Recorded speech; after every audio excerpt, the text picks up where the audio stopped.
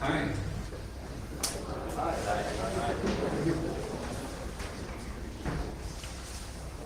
So, I'm actually a little surprised as many of you showed up to hear me talk about drugs and thought crime.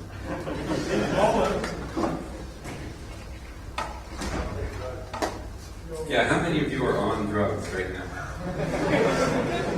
How many of you have been on drugs in the last day? So we still have, I'd say, a majority who have not been on drugs in the last day. So we're winning the drug war.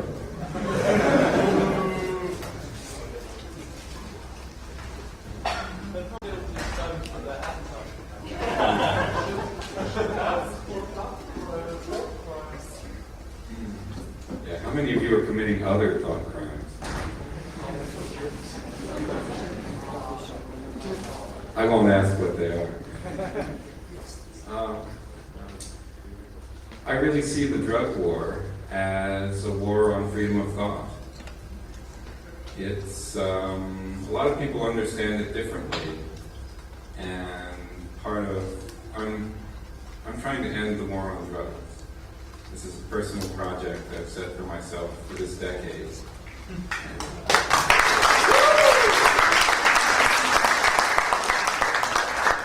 And part of ending it is understanding how it works and what the philosophies in it are and what's wrong with them and how to explain to people what's wrong with them and get them to change their minds.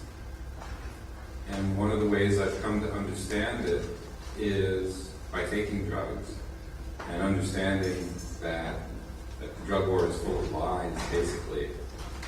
That the whole structure is built up on lies, but then trying to understand, well, what is the truth behind the lies?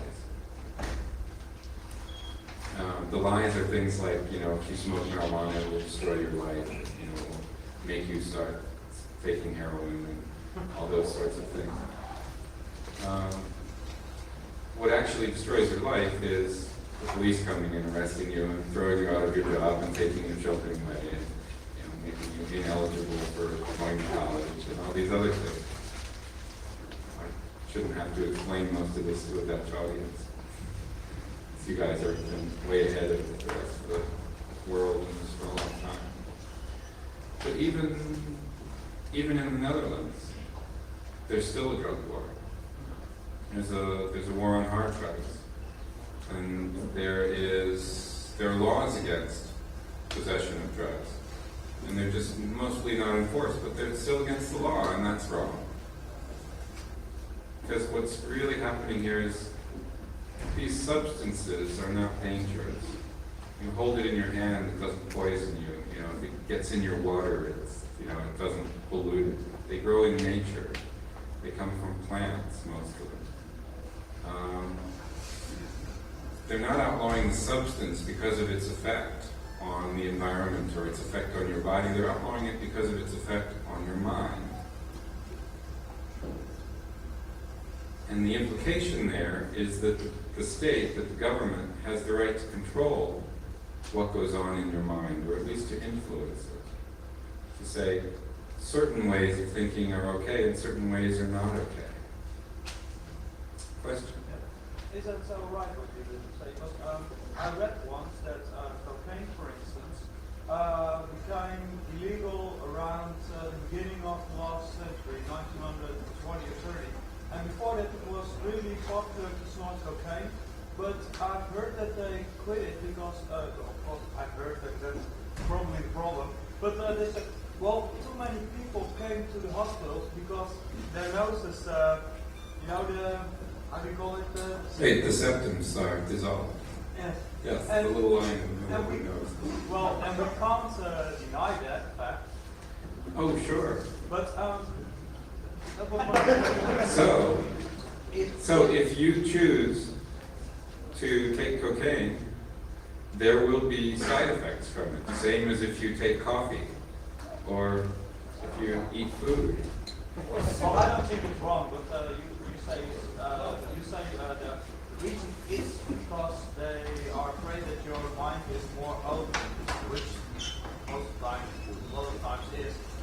And I'm questioning, isn't it that also with health Well, there are many other substances which, if snorted up your nose, would destroy it.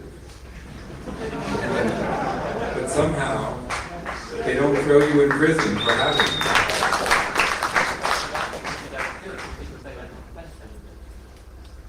You're not going to snort salt up your nose if it's not to make high. Oh, you should try. It's really good. Well,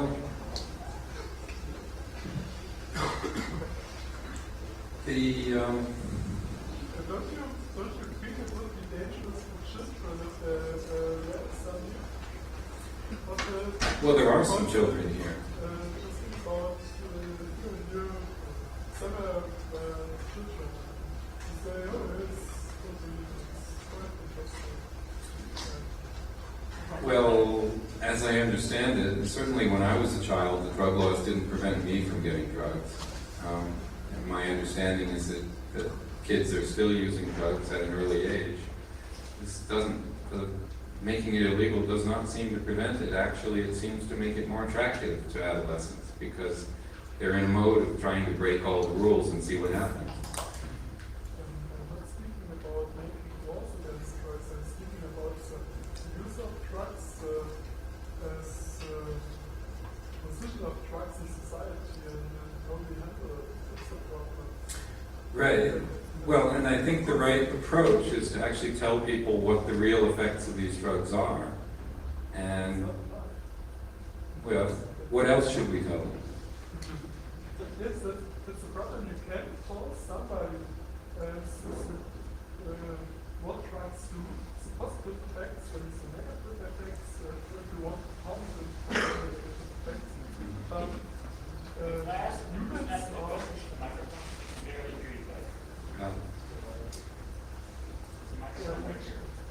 There's a microphone where? Most of these mics don't actually If you have a long question, yes, could you come up and use the mic? If you have a short question, is that cable? And I just want to say, humans make mistakes every time. And it's not enough to tell people what drugs are doing and there are positive effects and negative effects. They will just ignore them a lot of times. That's the problem. And it's, I think not drugs are dangerous, but the use of drugs may be dangerous. And I think it should be allowed to use drugs, but we should find a way of proper use. And then it's really not enough to tell them all things because there are information everywhere. And we have enough teenagers who are using drugs at an age I can't understand.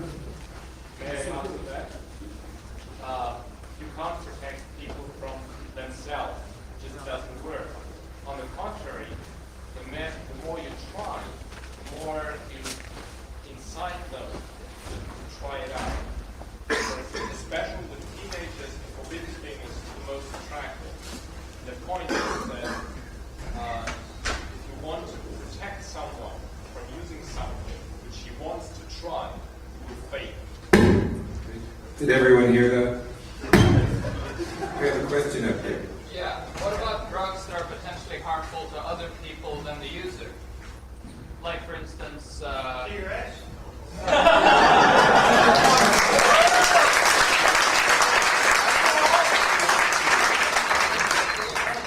what about drugs that affect behavior in a negative way? Well, Like PCP. well, what about anger, which affects people in a negative way? Should we lock people up for being angry?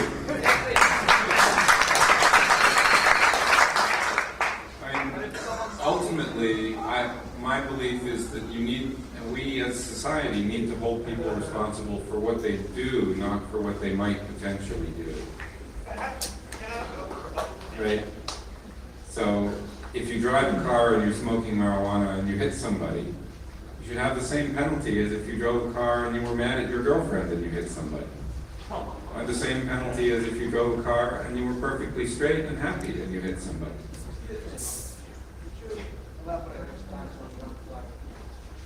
On drunk driving? should this penalty for killing somebody while drug driving be the same as killing somebody and not driving while dangerous? I think, well, should the penalty be the same as for killing someone accidentally? There's a range in there between intent to kill somebody, zero intent to kill somebody, and negligence somewhere in the middle, which says, well, you weren't taking enough care. The obvious thing is that by driving like this is legally that we must go to college. Some people have so repressive by nature. Yeah. Most of the guys, is the crime killing somebody or is the crime seeing Is it crime using your eyes closed and firing a gun somewhere and hoping that there's anybody to it? in that situation then, if someone dies, the crime shooting the gun or the crime killing somebody? Well, if you can't react to it being drunk and driving or being blind shooting a gun, Well, this sounds like a digression from my main topic. If I may get back to the previous point of should we disallow drugs that affect your behavior? Your initial one was should we allow drugs that affect other people? I argue cigarettes already do that. Legalize it. Should we allow drugs that affect your behavior? I argue alcohol already does this. Well, not only that, sugar already affects your behavior. Yeah, I'm Right. talking Caffeine affects your behavior, lack of sleep. In an adverse and negative fashion. On a whole, not necessarily on an individual basis, on a whole. Now, we obviously don't ban this. I know I'm going to go drink tonight. I assume you probably will as well. You may not. But it doesn't necessarily mean that it should be made illegal. It has been tried, of course. We all know about prohibition. Hands out, it doesn't. But it doesn't work. I think what the argument here is that it doesn't work for other drugs either. Well, that's part of it, but actually it goes quite a bit further. And thanks for the opening to work on the argument here. Because, let me take some questions later. The drugs are a very crude technology for altering the state of the mind, right? They have, alcohol changes your reflexes, changes other parts about how you think, maybe it makes you more sociable, depresses your respiratory functions, your heart, etc. Marijuana has other effects, cocaine has other effects. They're very gross ways to manipulate your mind, but somehow it's still illegal because of the overall effect. I mean, personally, I take prescription drugs. I have epilepsy, and I need to take drugs twice a day so that I won't have epileptic seizures. And these drugs affect my mind, but they're not illegal. But somehow these other drugs that affect my mind are illegal. The other drugs that I take are regulated, but they're medical. They're available by prescription to people who can have a use for them. In a few places in the United States, and now in Canada and Portugal and maybe Belgium, it's possible for people to use marijuana if they have a medical use for it.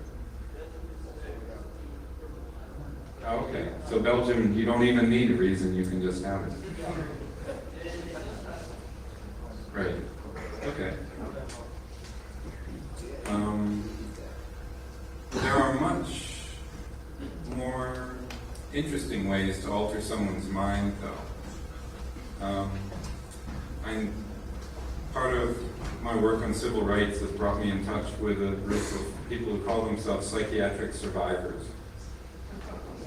And these are people who have been in the mental health care system, mostly in the United States, the ones I know anyway, and who have gotten back out of that system with their lives more or less intact. But they are now protesting the way people in that system are treated. And They do demonstrations against forced electroshock, against running electrical currents through people's brains to make them appear to be more sane. They demonstrate and they go and talk to legislatures in 25 states in the United States. It's the law that a judge can order that you have to take a drug every day or you'll be put in jail. Right? If they don't like your state of mind, they can say, not only can they say you're not allowed to take drugs that alter your state of mind, they can also say you're forced to take drugs that alter your state of mind. Right? They get you both ways. Whatever they want as your state of mind, you can be forced into that state under the law. Well, as I was saying, the tools for doing that, psychiatric drugs have the same sort of problems as the natural substances. They're very gross tools. They don't work for everybody. They work different in everybody. But much better tools are coming very, very soon. In the next 10 or 20 years, we'll have much better understanding of how the brain works, much better understanding at the cellular level and inside the cells of how the human body works. And a lot of this will come from cracking the genetic code, but a lot of it will come from just all different kinds of better tools for research. And the result will be that it'll be possible to craft substances or actually little active, you could think of it as a substance with a mind, as a substance with a computer behind it, that will present an interface to the brain, that if put into your bloodstream, it will seek out particular receptors in the brain and interact with them. Maybe it will only seek out the pleasure receptors for opium and not the sleep receptors and not the appetite suppressant receptors, right? This is all technology that sounds like science fiction, but it's all very, very close to happening, to reality. The more we understand about how the brain and body operate as machinery, the better and better the tools will be for the state to exert control over people's minds.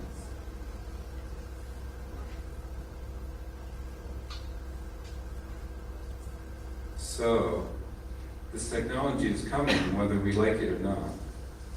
The question is, what will the social rules for using it be?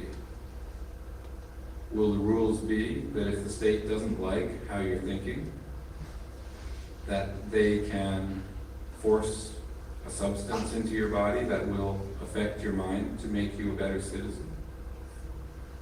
Or will the rules be that the individual is sovereign over their own mind, over their own mental state, and the governments cannot impose on that mental state?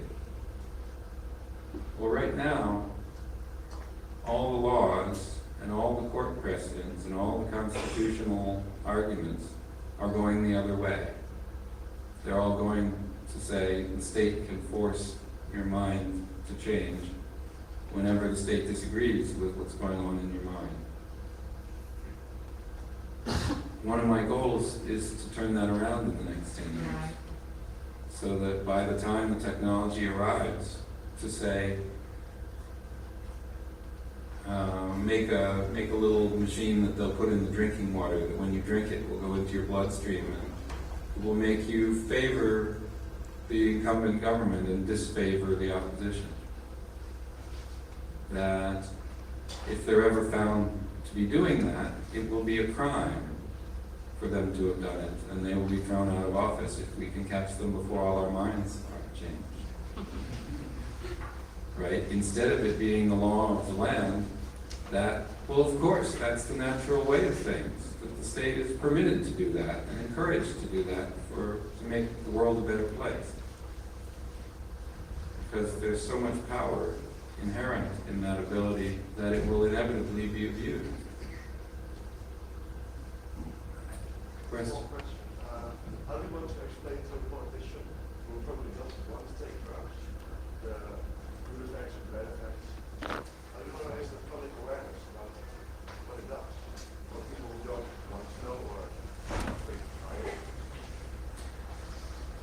question is, how can I explain to a politician who maybe has never taken drugs? Well, first, there are fewer and fewer of those. The question of how to unlock, I really see the whole drug war as a whole series of vicious cycles of a circle of actions which keeps going around and reinforcing itself. And some of these are police saying, we need more money, and then they spend more money and bust more people, and then they need more money for jails, and then they spend, then they pay the prison guards more, and then the prison guards pay the politicians to make more things crimes, so that they go round and round and round again.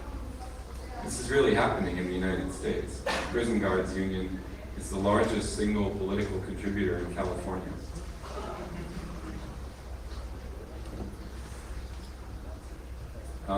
I think there are probably 5 or 10 of those vicious cycles that go round. And it's a serious question how to find them and unhook them gently all at the same time somehow so that we can fall out of that state.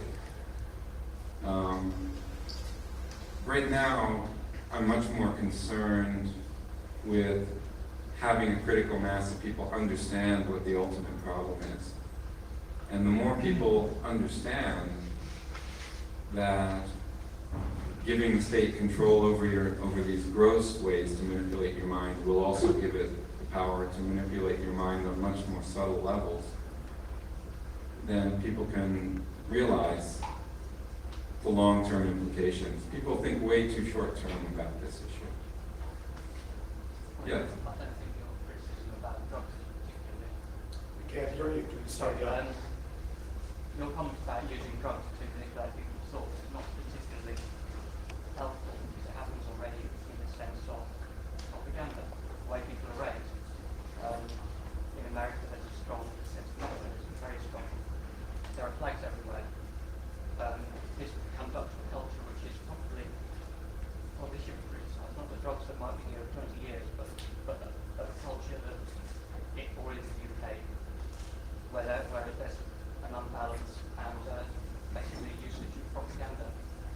I think Right. perhaps the wrong thing, or you're missing out an important facet of it. The comment is that there are many ways to influence one's mind other than the use of substances, and propaganda and culture are particularly strong ways, particularly for children and how children are raised. And yes, that's certainly an issue of the nationalism of the United States, as you were saying. There's also a very strong culture, though, in the United States of allowing almost anything to be said, right, and refusing to suppress divergent points of view. Now, there are too many people who are too religious in the United States and wish to impose their ways on other people. And so, in areas around sex, that freedom has been limited. But in pretty much every other area, particularly around politics, there are no sacred cows, right? People cannot be shut up and cannot be imprisoned for saying things that the government disagrees with. And this gets us in trouble with Europe because there are things that are sacred cows over here. You can't say farmers shouldn't be subsidized, or you can't say that Nazis should run the world, right? People say those things in America, and the populace, and people say the opposite things, and, may the best argument win. But not about drugs. It's not about drugs. The whole problem is not about drugs or drugs and using people, like staying here, like marijuana, like release your mind, cocaine and burn it. But it's like what drugs and pounds that we allow us to use. That's the whole thing. And that's what it's all about. And then there's these crude drugs, like marijuana, cocaine, LSD, mescaline, all that kind of shit.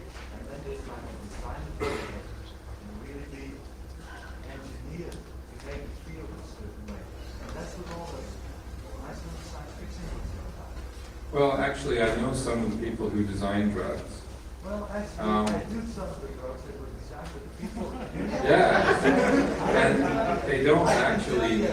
My dear friend, MDMA sure kicks the shit out of that thing. does. Oh yeah, MDMA is great stuff, All the money. but it wasn't designed. So Excuse me. it's not about it's not about what drugs are okay or what drugs are not. It's about the question, why are drugs prohibited? Right. Why are drugs prohibited is a great question. I believe the original answer was racism.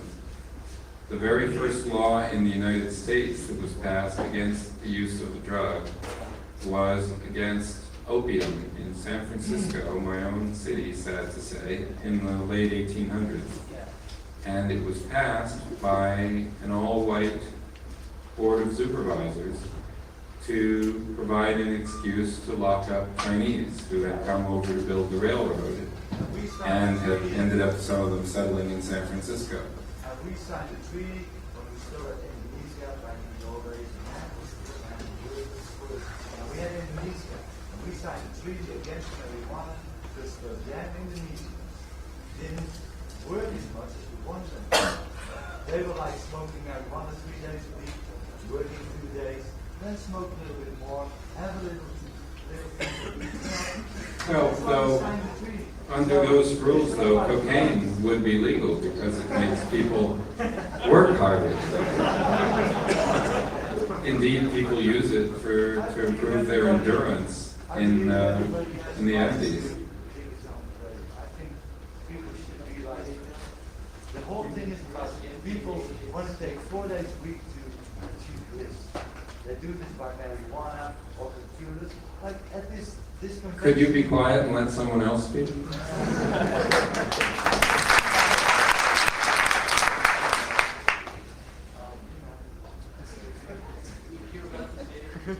Oh, I was going to talk about designer drugs, yeah.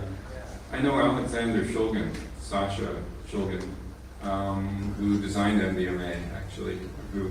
He wasn't the first to synthesize it, but he was the first to notice its effects. And there's not such a process of design in it as you might think. It was much more a case of he was trying very many different combinations of substances with similar chemical compositions and eating a little bit of each one and seeing what effect it had. I mean, he's a scientist and worked for many years for a drug company synthesizing other medicines, and eventually retired and set about synthesizing things for fun. And his own ethics say that if he synthesizes a substance that he doesn't know the properties of, he must take it himself before giving it to someone else. That he's not going to give people a substance that he doesn't already know the effects of. And he has a small group of friends who, after he's tried something and it doesn't appear to be terrible, he'll try it with them. And because different people vary and they have different reactions to the same substance. And gradually, so he's gone through hundreds of substances and he's written several books, several thick books like this size, of which the back half of the book is all the chemical syntheses of these substances and what the effects were when he tried them in tiny quantities, and the ones that had good effects he worked up to bigger quantities, etc. And maybe tried them with other people. So drug design, and from what I read, drug design in pharmaceutical companies is very similar. They try a huge array of substances and see which ones have an effect sort of like what they're looking for. And then they take those and make variations on those and try them, but it's much more a matter of weeding out the ones that don't work as opposed to thinking, I'm looking for a drug that makes people love each other, therefore it's going to have these molecules in that particular position. Not enough is understood about the brain to do that yet. In 10 or 15 or 20 years, that may be much more possible, but not today. Yes? You said this is the first step in your war on the war on drugs, like generating critical mass of people that understand the problem. You also thought that somewhere at the end you want to reach some official circles. What other steps and process have you worked out? Well, part of what I'm doing is existing drug reform community and trying to understand which approaches have been tried, which ones have been effective, and which ones are not effective, and then feeding resources to the ones that are effective. I made a lot of money selling my company 2 years ago and decided to put $1 million a year into this effort for 10 years.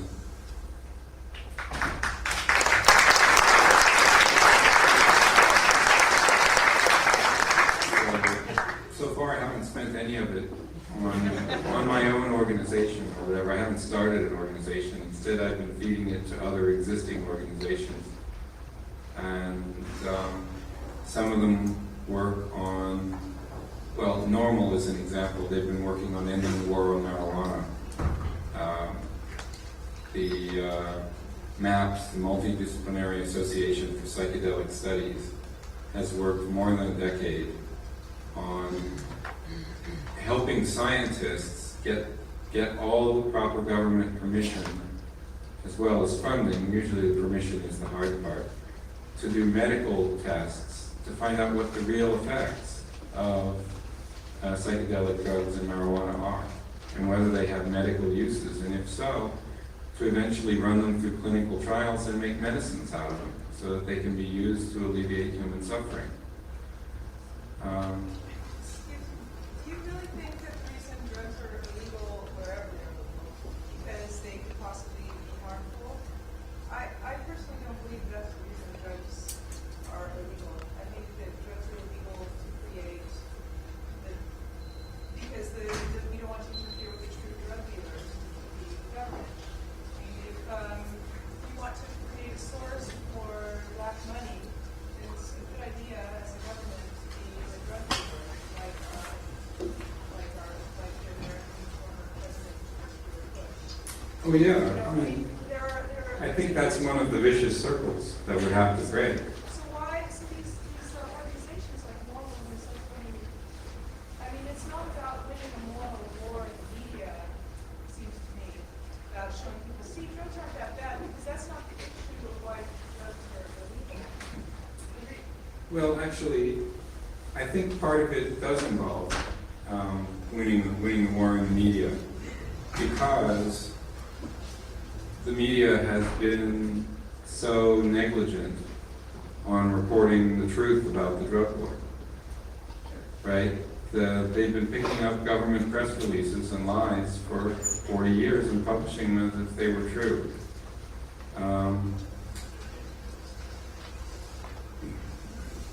It's one of the things I've learned in the last year or two is that in order to get a job at a major newspaper, at all the major newspapers in the United States, you have to take a drug test.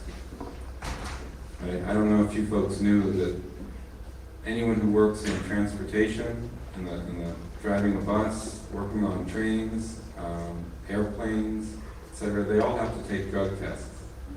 Right? Many people who work for schools have to take drug tests. Many programmers have to take drug tests to get a job at their companies. Hmm? Well, at most companies, you pass the test by them not finding any residue of drugs in your urine. There are other companies where if you bring better drugs than the boss has, then you win.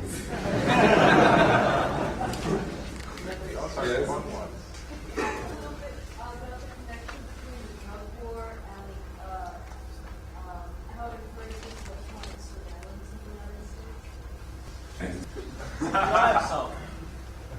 Bring enough to share? No.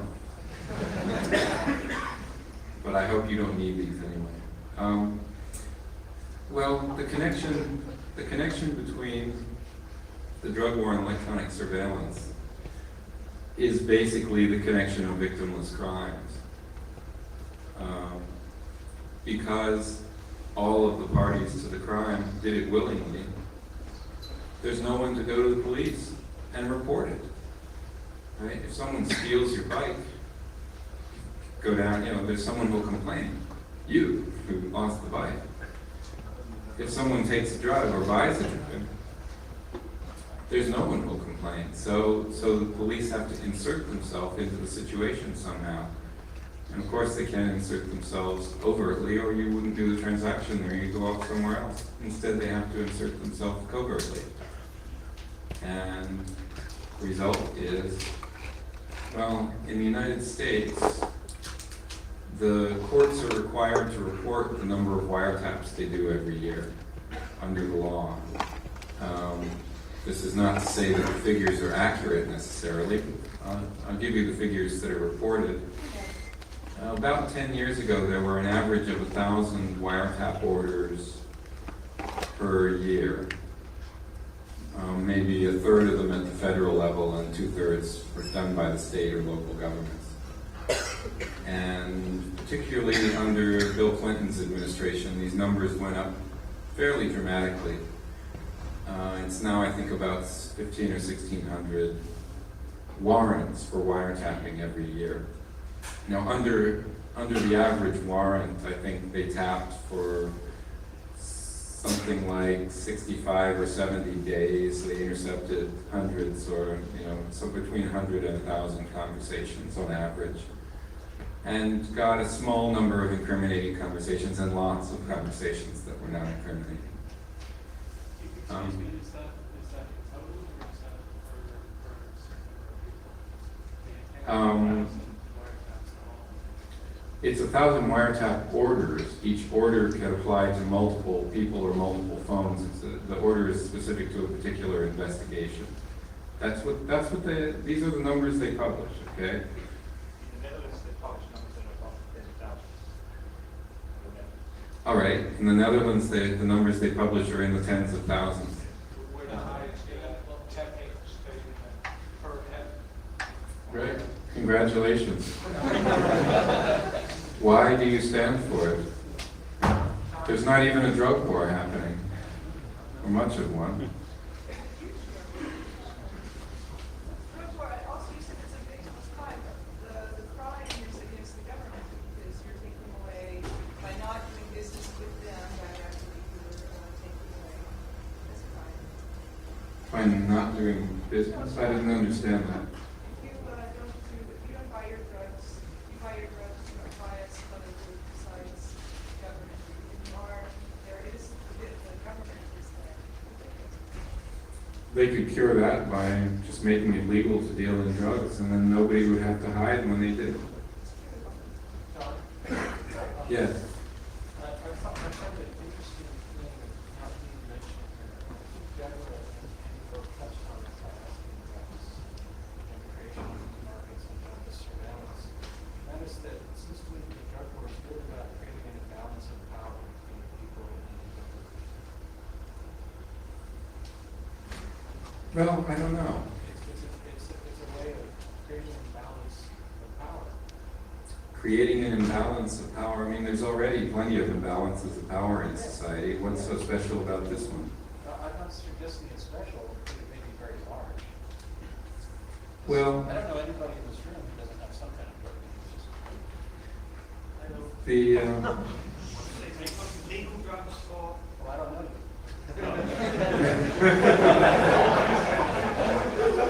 it's better than that. it's clear that in the beginning, the regulation against opium and the first laws against marijuana were made in Texas and New Mexico in the early 1900s to discriminate against Mexicans, right? I think if you move forward in time and look at the 1960s and early 70s, Richard Nixon probably restarted the drug war because a lot of the people who were using the drugs popular at the time were opposed to the war he was fighting in Vietnam, and this was an easy way to lock them up. Partly also did so because there was a tremendous amount of money coming in by the CIA and Southeast Asia. But I think you bring up Oh, the CIA could do that without regard to U.S. drug law. that's possibly true, but something we bring up often is back in the early 1800s, the opium wars fought, and even before that in the 1700s, in China, we fought because the Western powers, the sea powers, England and Holland and Denmark, had an imbalance of trade between Asia and the Right. West. And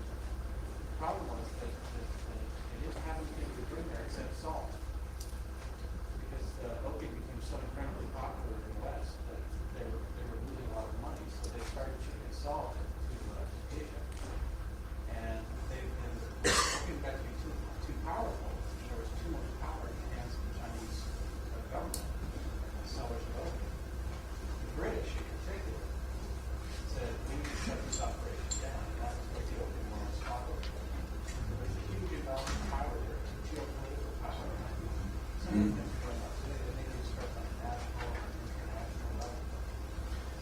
Well, it's useful to learn the history of where this stuff came from, but it's informative but not sufficient to stop the drug war by just understanding where it came from. I think part of what will convince people to stop the drug war, you would think that having 2 million people in prison in the United States would be enough to get people to stop the drug war. Right? We have more than the population of Amsterdam in prison. And that has made some people angry about it, but it hasn't stopped the politicians from continuing to make the penalties higher and higher.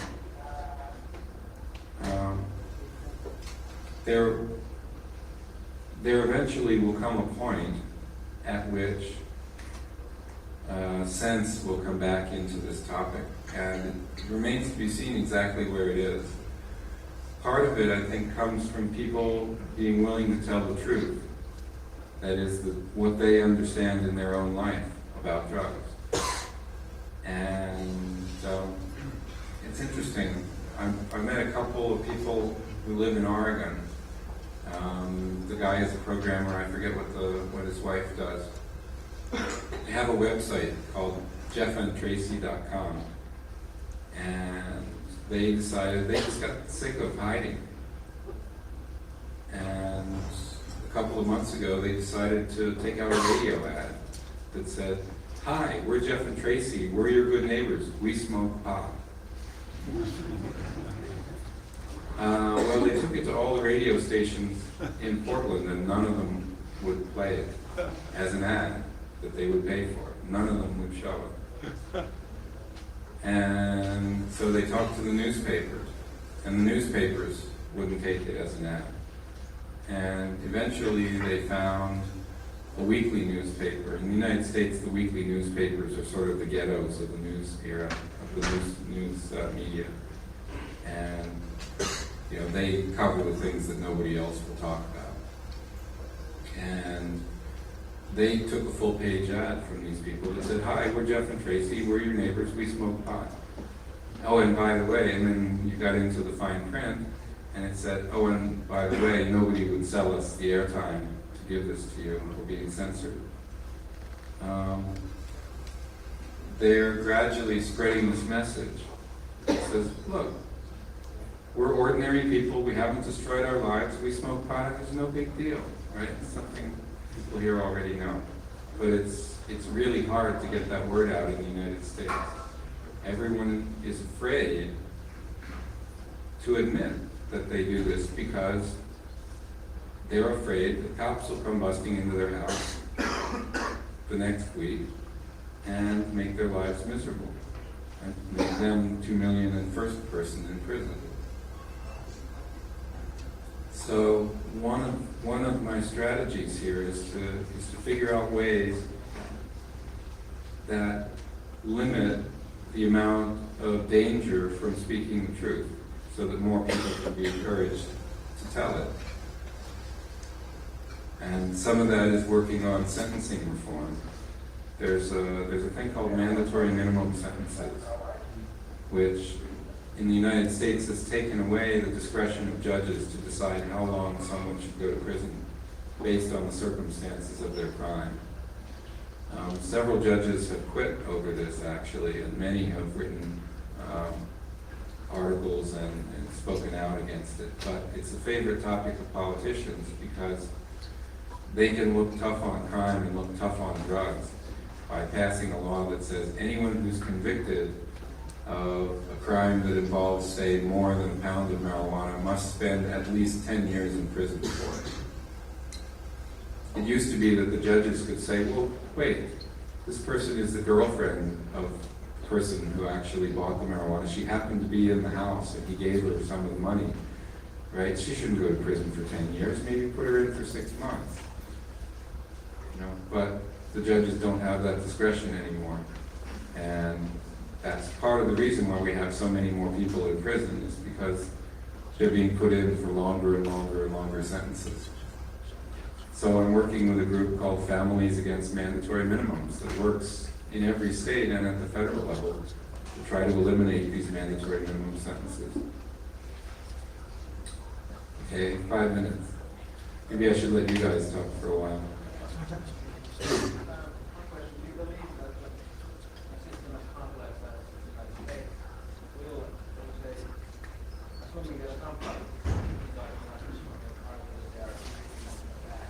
Speak up. Assuming our system is complex as we have today in society, and assuming it's going to stand about some of it may be justified, some of it has like military keeper is a revolution or evolution sort of thing. We're going to be a crash and burn basement. People are going to jail so much that the commercial affairs of the government basically will become a military tax or something. Well, the question sounds like, how bad do I think it will have to get before it gets better? And I wish I knew the answer to that.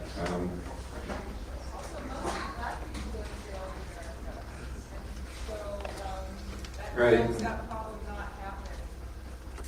Yeah, one of the strategies I've actually just started thinking about in the drug war in the United States is it's really become clear in the last couple of years that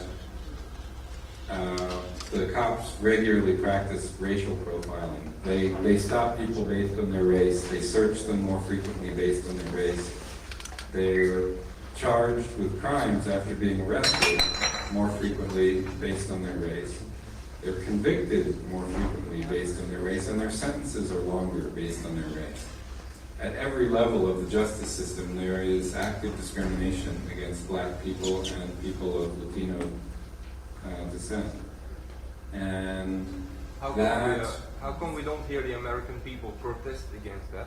Except well, the American people do protest against that, actually, but the facts, it's been talked about by some people for a long time, but there was no hard evidence of it. And what happened was some simple laws were passed that required them to collect statistics. And the statistics are starting to come back, and particularly in New Jersey. They have good statistics for a period of 10 years that clearly show that this is a problem. And people are outraged about it. The question, though, is what to do about it. Now, you control your government, you throw them out, you vote for somebody else.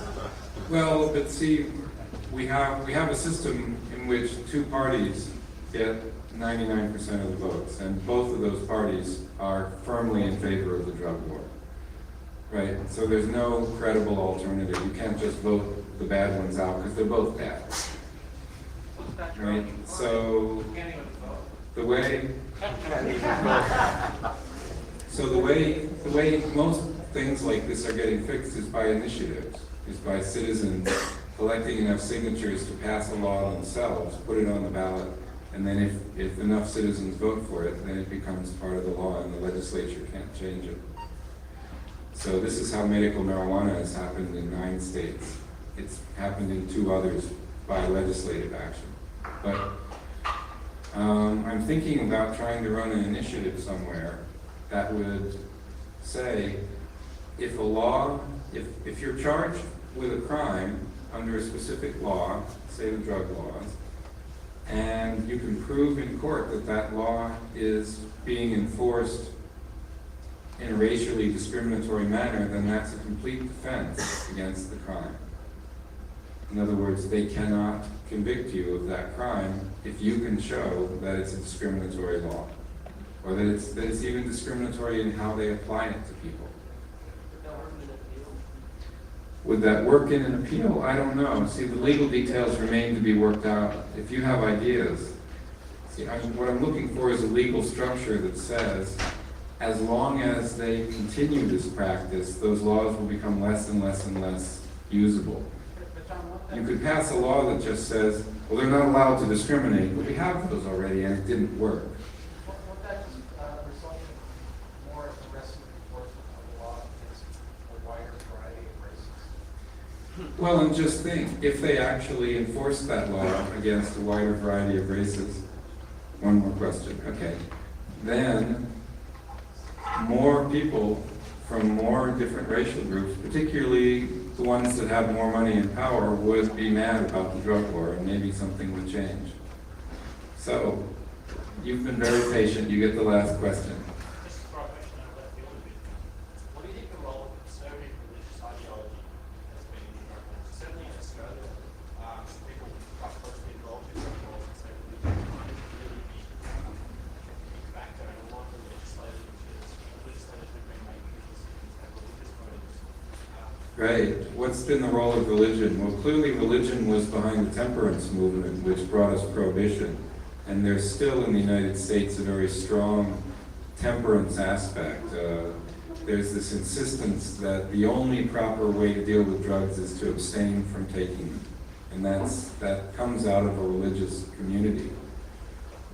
There are also other religious communities, the Society of Friends, also known as the Quakers, which actually go the other way. They say there should be no laws against things that we consider sin. Because how can a person tell if they're a moral person or not? If the reason they wouldn't sin is because the state might catch them, right? The way to tell whether you're an honestly religious person or whether you're a sinner is when you have the option to choose and you choose the right way. So, you know, there aren't too many religions that are that enlightened. But there's one or two. Well, thank you, folks.